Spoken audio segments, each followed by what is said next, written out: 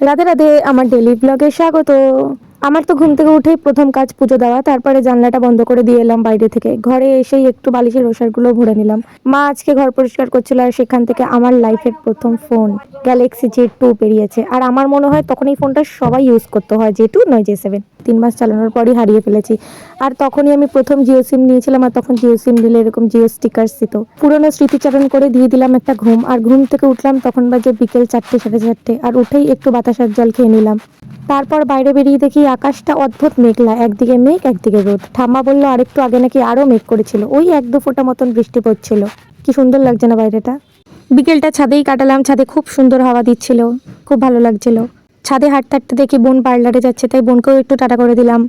আর আজ তো একাদশী ছিল, একাদশীতে আমার কোনো কাজ থাকে না, খালি ঘুমাই আর মালা জপি আর নিজের মতন থাকি। কারণ মা আমাকে একাদশীতে কোনো কাজ এমনিও করতে দেয় না, অমনিও করতে দেয় না। আর আজকে তো খাওয়া দাওয়ারও ঝামেলা নেই, আর প্রকৃতি দেখছিলাম, হাওয়া খাচ্ছিলাম, খুব ভালো লাগছিল। তোমরা কে কে একাদশী করো আর একাদশীর দিন কি কি করো আমাকে জানিও কিন্তু। এই যে শয়তান কা নাম লিয়া শয়তান হাজির, চলে এসছে কুকুর। তারপরে ওকে নিয়ে আমরা আমাদের দাদার ব্যাপারেই কথা বলছিলাম। এই যে এটা আমার দাদা, গাইস দাদা ভেবে ভুল করো নাই, কিন্তু আমার ভাই সকাল পেমার জানা। তারপরে রিম্পাকে নিয়ে গেলাম ডক্টরের কাছে, ওর খুব শরীর খারাপ, ওষুধ নিতে। রাতে উপেন বিমির সাথে অনেক গল্প করলাম। ব্যাস এভাবেই একটা সুন্দর দিন শেষ হলো। বাই বাই, দেখা হচ্ছে পরের ব্লগে। তোমরাও টাটা বলে দাও।